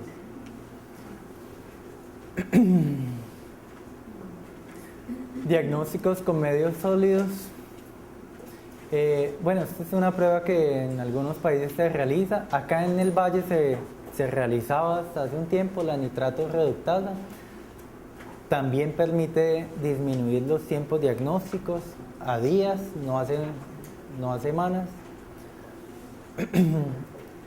Eso era para MDR. Para XDR, nuevamente pasamos de las 12 a las 16 semanas empleando medios sólidos a 4 a 9 semanas empleando medios líquidos. Y nuevamente, si empleamos pruebas moleculares, en 24 horas podemos tener resultados que deben ser confirmados por los métodos fenotípicos, en los cuales nos podemos demorar 9 semanas. Adicionalmente, les quería hablar de genotipificación. La genotipificación, ¿qué es? Es básicamente es como tomar la huella digital de cada bacteria, de cada cepa. Es identificarla como única, así como nosotros. A pesar de que todos somos humanos, hay hombres, hay mujeres, hay altos, hay bajitos, hay unas diferencias entre nosotros, ¿cierto? Con las micobacterias pasa lo mismo. Todas son M-tubérculos, pero hay unas ligeras diferencias. Para identificar esas ligeras diferencias se emplean usualmente 3 metodologías. El MIRU-BNTR, que es basado en PCR, se usa muy comúnmente hoy en día. El RFLPIS6110, que digamos está pasando a desuso porque es una metodología muy laboriosa. Y el S-Polygotyping, basado en PCR también, que También es un procedimiento corto, pero ¿qué es lo que pasa? Estos dos se usan hoy en día, pero este es como capaz de identificar, si nos devolvemos al ejemplo de los humanos, él es capaz de identificar que somos humanos y que somos hombres, algunos. Esta metodología es capaz de identificar que somos humanos, que somos hombres y que es alto, o que es caucásico, o que algo que lo identifica específicamente. Ahí se habla de algo que se llama poder discriminatorio, que es la capacidad de identificar cada micobacteria como única. ¿Y eso como para qué? ¿Para qué se imaginan que pueda llegar a servir esto? ¿Para qué quiero saber que usted tiene una micobacteria y que usted tiene otra, o que allá hay otra? Son las mismas en micobacteria en tuberculosis. Una puede ser resistente, otra puede ser sensible, pero es la misma micobacteria. Y esta no nos va a decir si es resistente o es sensible. Para trazar casos, para hacer estudios de brotes. Entonces, esas metodologías que me identifican cada micobacteria como única, combinadas con la epidemiología molecular, esto es lo mismo, me identifica como únicas o como grupos, como pequeños grupos, familia. Eso, complementado con la epidemiología clásica, lo que me permite ver es el estudio de brotes, de casos, hacer trazabilidad, ver qué cepas se encuentra circulando. Hoy en día lo unen con datos geoespaciales para identificar zonas en las cuales hay transmisión activa. ¿Por qué? ¿Qué es lo que busca uno en el programa? Pues a nivel programático, ¿qué es lo que se busca? Diagnosticar oportunamente y tratar adecuadamente. ¿Para qué? Para cortar la cadena de transmisión, ¿cierto? Entonces, si lo que vemos es que en una determinada zona está circulando el mismo tipo de cepa, y de ahí salen casos que se diagnostican y se tratan, pues es porque hay casos que no se han diagnosticado, que no se han tratado y que la están haciendo circular, la están diseminando. Para eso la usan hoy en día, para hacer intervenciones focalizadas. Se usa también para ver transmisión en grupos, en cárceles, en hospitales psiquiátricos. Hay varios reportes interesantes. Me acuerdo uno en un hospital psiquiátrico donde hubo un brote de tuberculosis en pacientes aislados. 8 pacientes, 12 pacientes aislados en cuartos de aislamiento, todos con tuberculosis en un periodo de tiempo de año y medio. Pero ¿y cómo? Investigaron las cepas, todo era el mismo genotipo, compartían la zona de alimentación. Entonces, este tipo de herramientas son muy útiles para eso. De esto no estamos lejos, de esto se hacen estudios en el país. El Instituto Nacional de Salud trabaja con esto. Esto no es algo que se lo hayan inventado actualmente. Hay países como Holanda o de baja carga de bacilos que realmente llevan años y años y años haciendo este tipo de identificación molecular. El país está pensando implementarlo para los casos MDR o XDR, para los casos de resistencia, para ver la transmisión de esas cepas, porque eso permite actuar focalizadamente y cortar esa cadena de transmisión efectivamente. Habrá que esperar, pero llegará. Como anticipo. Preguntas, dudas, comentarios, sugerencias, aclaraciones.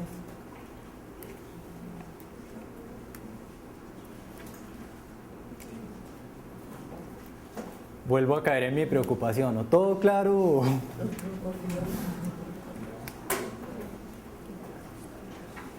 ¿Ninguna pregunta? Utilizamos vaciloscopia, confirmamos caso, comenzamos a dar manejo para TBC, primer control a los 2 meses, PK de esputo y sale positivo. Ahí es por lo general que se utilizan las pruebas de Ginesper o las podemos utilizar antes. Las pruebas moleculares no se recomiendan para seguimiento de pacientes. ¿Por qué? Porque las pruebas son basadas en DNA y el DNA está, ya sea que la micobacteria esté viva o esté muerta. Entonces las pruebas moleculares no se recomiendan para seguimiento de pacientes. Le pueden dar alguna ayuda, pues alguna luz, pero no se recomienda. Pacientes en tratamiento no se les debe hacer pruebas moleculares. Sí, contesté su pregunta, la entendí así. Igual, al utilizarlas, o sea, no interfiere en el tiempo, sino debe, en cualquier momento la tengo como el Ginesper. No le entiendo esa parte. O sea, lo que estoy diciendo, identificamos pacientes por vaciloscopia, Sí. arranca tratamiento común, conjugado, a los 2 meses siempre se hace el control de DK, sale positivo. Está indicado en ese momento mandar el Ginesper o algún otro tipo de prueba de las moleculares, o en qué momento como tal se debería pedir. Ahí corre un riesgo grande. Como le digo, ya me queda un poco más clara su pregunta. Usted lo que quiere ver es resistencia. Si realmente es resistente en ese momento o son bacilos que están escapando o demás, ¿cierto? Ahí tiene 2 riesgos. Uno, detectar Mycobacterium tuberculosis, efectivamente, pues ya lo vio en la vaciloscopia, pero que estén muertos, porque es DNA que queda ahí, ¿cierto? 2, detectar DNA que no presente mutaciones, digamos, al RPO beta, y que usted diga, es sensible, entonces puede que estén muertos esos, esperemos un tiempito más, ¿cierto? Y puede que esa no sea la realidad, porque puede ser ese DNA el que quedó ahí, pero en ese lapso de 2 meses usted no sabe qué ha pasado. O sea, usted le ha dado tratamiento durante 2 meses y realmente el DNA que está probando ahí puede que no sea representativo de lo que está ocurriendo en el paciente. Entonces, por eso es que no se recomienda para seguimiento. Las pruebas moleculares le pueden dar una ayuda en un caso de urgencia, pero no es lo recomendado. Y en ese caso, fenotípica, cultivo y fenotípica. Y es más, en ese caso ya debería tener el resultado del cultivo de la primera muestra a los 2 meses de tratamiento. Pues de inicio de tratamiento, no de la primera muestra, de inicio de tratamiento. Qué pena, ¿sí? Cuente. Juan Carlos, en Venezuela sí estamos haciendo Ginesper al segundo mes de tratamiento en una vaciloscopia. ¿Cómo? En Venezuela sí estamos haciendo Ginesper cuando el paciente nos sale con una vaciloscopia el segundo mes, y efectivamente hemos encontrado casos con estudiantes que es resistente a RIC. Sí, pero Pues sí, hace seguimiento no es debido, pero bueno, no sí se aplica, o sea. sí, o sea, sí, como les decía, sí se puede hacer, pero no es lo recomendado. No da mayor información. La pregunta sería, ¿y cómo salió el cultivo de esos Ginexpert? ¿Cómo salió la prueba de susceptibilidad de esos Ginexpert? Sabes que demoraba, no tenemos el reporte, pero sí era. ¿Y cómo dio el primer Ginexpert de ese mismo que después dio resistente? Por algunas circunstancias no se hizo. Ahí es donde está la ventaja de las pruebas moleculares, o sea, hay que hacerlas. Si usted tiene acceso a ellas, o sea, si puede hacerlas, si puede mandarlas, y tiene el paciente ahí, un paciente nuevo del cual usted sospecha resistencia o demás, hágala. y en 2-3 días le inicia tratamiento. Pues, mentiras, en esa semana le va a poder iniciar tratamiento, pero en esos días vas a ver qué conducta tomar. Qué pena, me tienen una pregunta por allá, antes ya. Tú dices que bueno, la segunda muestra me sale positiva y que ya debo tener el resultado del primer cultivo. Pero igual Control. A todos los sistemas de mando del cultivo pues inicial. Si hablamos de Buenaventura, sí. Sí, pero pues todos no estamos en Buenaventura, obviamente. Ya. Sí. Entonces ahí, bueno, la segunda me sale positiva, yo le pongo la las pruebas de susceptibilidad.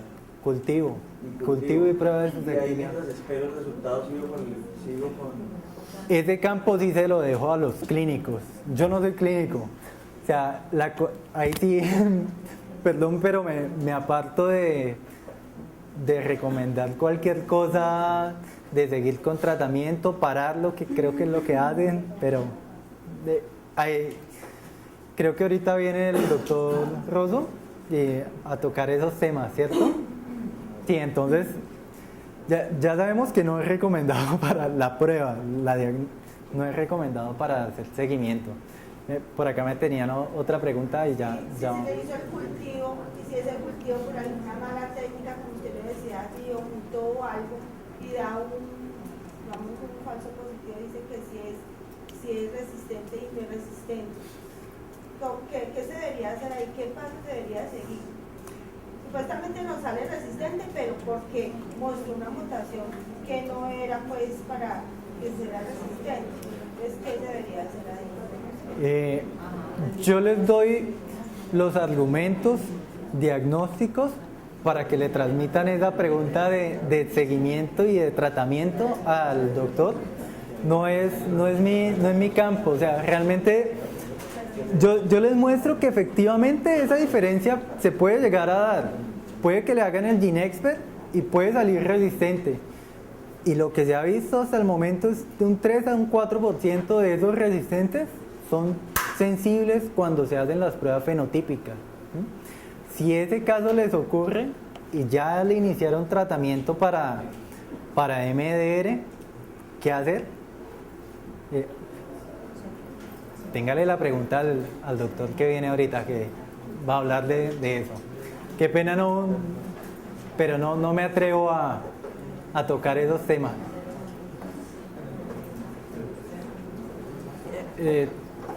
¿Me tenía una pregunta? Un comentario, y es que si uno puede tener GeneXpert, realmente nunca GeneXpert sustituye al cultivo. Es decir, si uno encuentra un GeneXpert solo al segundo mes, siempre mirar que hay el cultivo, pues como no existe. Igual tampoco nunca sustituye a la citoscopia. Es que hay la tendencia, porque tengo la tecnología allí, entonces tenemos el GeneXpert. No, hay que tener siempre un cultivo. ¿Sí? Y un cultivo de buena calidad, un globo estelar. Pero sí, el escenario de un mes 2, un GeneXpert positivo, pues le mete a uno en problemas con el clínico. Pero sí hay que irse al cultivo a ver. Y en general, pues, para resolver el problema del paciente no tiene freno. Un segundo, en mes 2, pues normalmente se prolonga esa primera fase. Pero sí hay que tener... Sí, como les decía, las pruebas moleculares son geniales, pero siempre hay que confirmar. Hay que continuar con la cadena de baciloscopia, cultivo, pruebas de susceptibilidad fenotípica, porque tienen sus limitaciones y no es que esté mal, ¿no? Es que, como todo, tiene un rango de acción y tiene unas limitaciones que hay que conocer y respetar. Cuenten. La misma muestra para el cultivo sirve para el Sí. Ahora que toca ese tema de las muestras para más de un proceso, con la baciloscopia se me olvidaba comentarles, las baciloscopias que se hacen por auraminas se deben confirmar por Ziehl-Neelsen. Las positivas, no todas. Entonces, cuando usted lee 50 baciloscopias o 100 baciloscopias días por auramina y encuentra 2 o 3 positivas, pues le hace Sil Nielsen y no hay ningún problema. Las ve, las confirma con Sil Nielsen. La metodología lo permite. Uno puede colorear con auramina y luego Sil Nielsen. Lo que no puede es hacer lo contrario. Primero Sil Nielsen y luego auramina. Eso sí no se puede. Claro que sí, porque siempre lo más costoso es el tiempo. Entonces cuando tú tienes 70, 80 láminas por leer y le inviertes solo 3 minutos o 2,6 minutos, es costo efectivo invertirle a 2 láminas una coloreada adicional. Pues si no esperas tener las 80 positivas, ¿no? ya ahí sí no sería costo efectivo. ¿Más preguntas, comentarios, sugerencias? ¿Algo adicional? Creo que fue todo. Muchas gracias por su atención. Sé que es pesado escucharme hablar, complicado, pero bueno, ahí tratamos de hacer nuestro mayor esfuerzo.